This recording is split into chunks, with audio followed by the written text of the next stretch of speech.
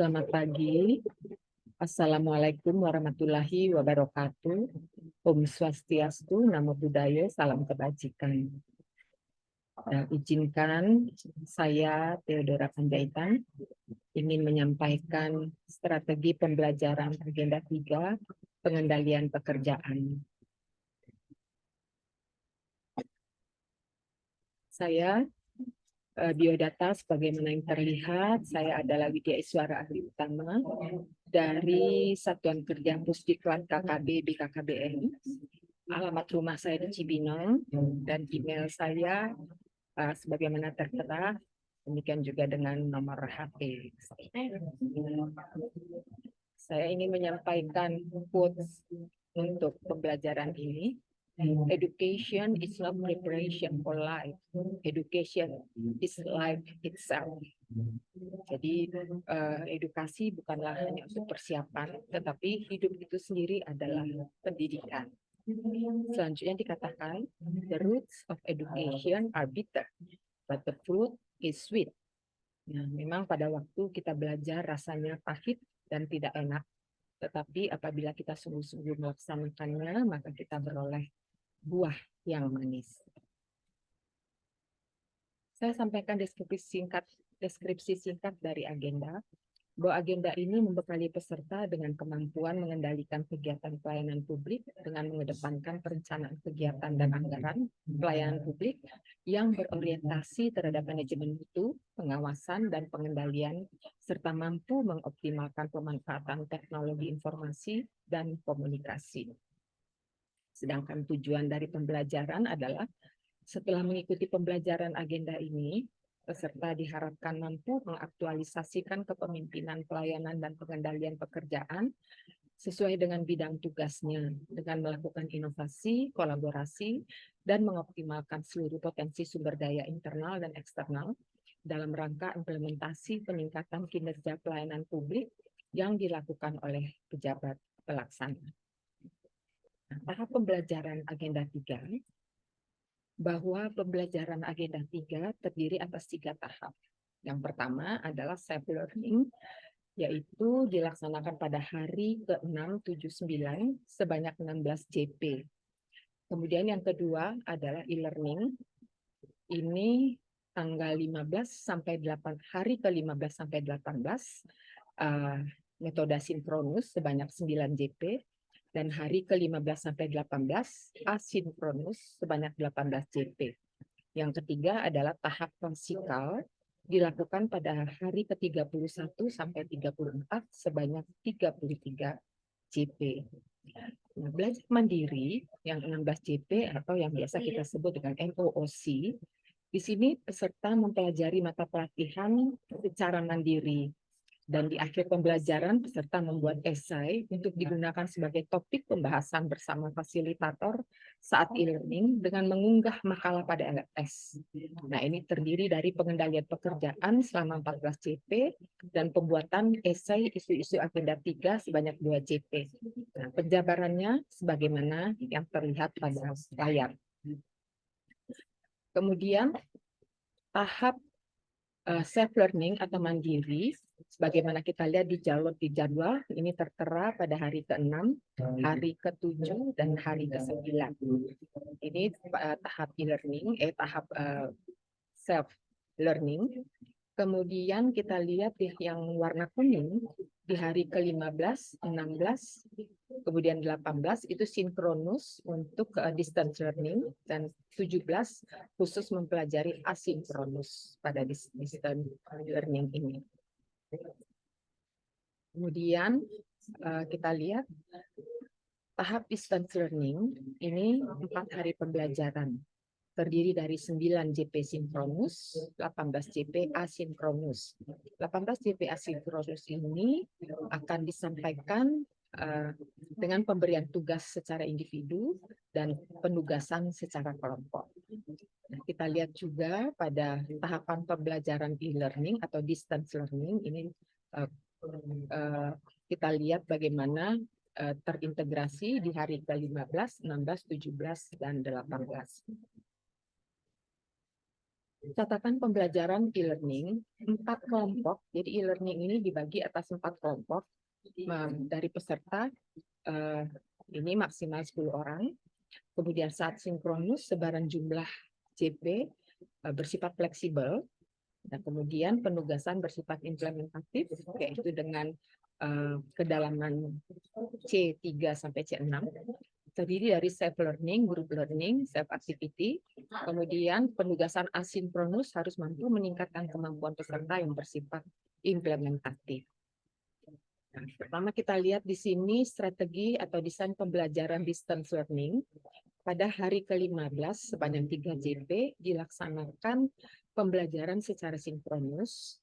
Nah, tentunya diawali dengan perkenalan atau icebreaker, kemudian harus menyampaikan tujuan dan agenda. Nah, selanjutnya review pembelajaran mandiri atau self learning yang sudah dilaksanakan pada saat itu. Kemudian menjelaskan keterkaitan antara agenda 1, 2, 3, dan 4. Setelah itu pemaparan esai peserta 3 orang, diskusi, menjelaskan tugas individu yang pertama, menjelaskan tugas kelompok yang pertama, dan di akhir acara melakukan pembulatan. Sedangkan asinkronus, ini tugas individu 1 menemukan permasalahan komunikasi pelayanan publik, baik internal maupun eksternal. Ini melakukan analisis permasalahan, kemudian rencana solusinya seperti apa, lalu hasilnya laporannya diunggah tugas ke LMS di hari ke-15 dan maksimal pukul 23.59. Membuat e-learning jurnal setiap hari selama distance learning. Selanjutnya, tugas kelompok mencari dan membedah kasus terkait agenda 3. Dalam hal ini, peserta dibagi 2 kelompok, A 5 orang, dan unggah tugas ke LMS di hari ke-16, besoknya, maksimal pukul 23.59. Selanjutnya, di hari ke-16, 3 JP, sinkronus diawali perkenalan dan icebreaker tentunya, lalu penyampaian tugas dan agenda, lalu melakukan review pembelajaran sesi sebelumnya, kemudian pemaparan esai beserta 3 orang dan diskusi, kemudian pembahasan tugas individu 1, perwakilan 2 orang peserta, dan pembulatan, kemudian diakhiri dengan menjelaskan tugas individu 2 dan menjelaskan tugas kelompok yang kedua. Kemudian pada asinkronus, ini tugas individu 2 menemukanali permasalahan pelayanan publik digital dikaitkan dengan manajemen mutu, baik internal maupun eksternal. Nah, dalam hal ini dilakukan analisis permasalahan, kemudian bagaimana rencana solusinya. Nah, hasilnya diunggah tugas ke LMS di hari ke-17, maksimal pukul 23.59. Tugas kelompok 2 ini menyusun rancangan proposal kegiatan pelayanan publik inovatif berbasis digital yang dibutuhkan masyarakat dengan pendekatan agenda 3. Unggah tugas ke LMS di hari ke-18, maksimal pukul 23.59. Nah, pada hari ke-17, ini hanya kegiatan asinkronus, yaitu menyelesaikan tugas individu dan tugas kelompok yang kedua. Kemudian yang ketiga, hari ke-18 itu sebanyak 3 JP.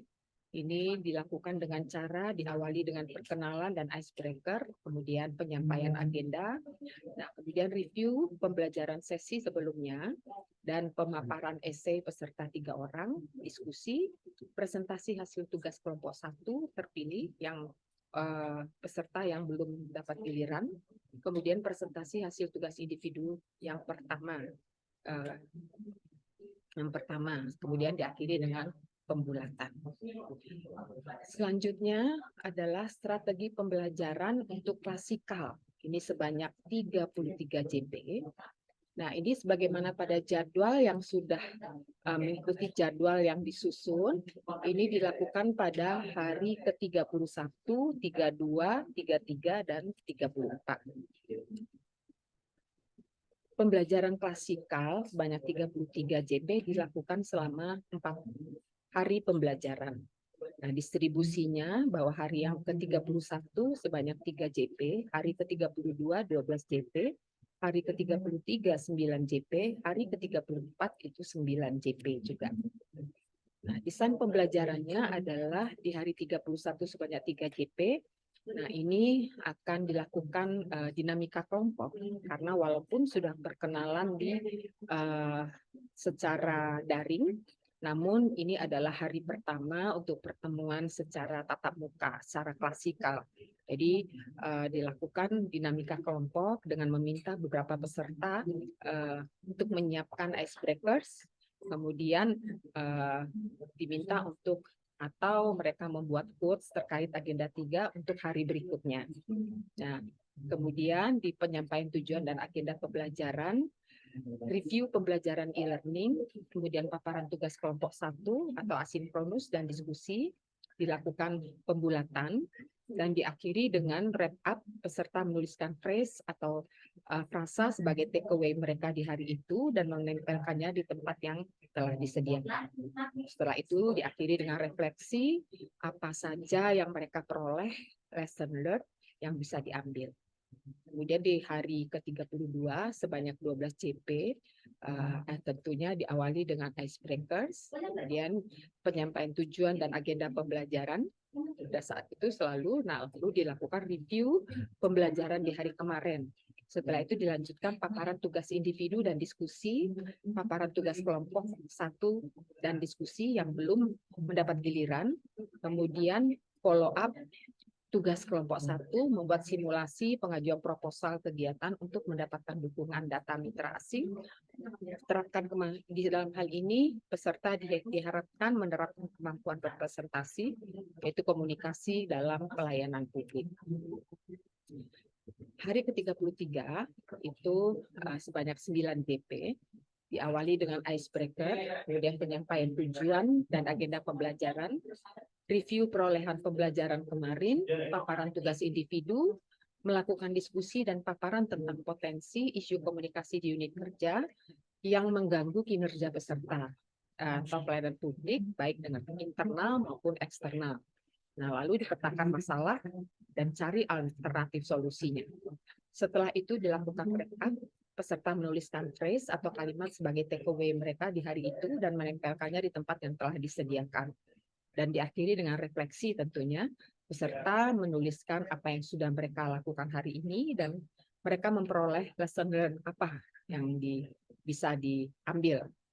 Hari ke-34, yaitu hari terakhir klasikal sebanyak 9 JP, tetap diawali dengan icebreaker, kemudian penyampaian tujuan dan agenda pembelajaran, review perolehan pelajaran kemarin, paparan tugas individu dan diskusi, paparan tugas kelompok 1 dan diskusi, kemudian diskusi paparan kelompok tentang penerapan manajemen mutu dan manajemen pengawasan pada pelayanan publik berbasis IT modern.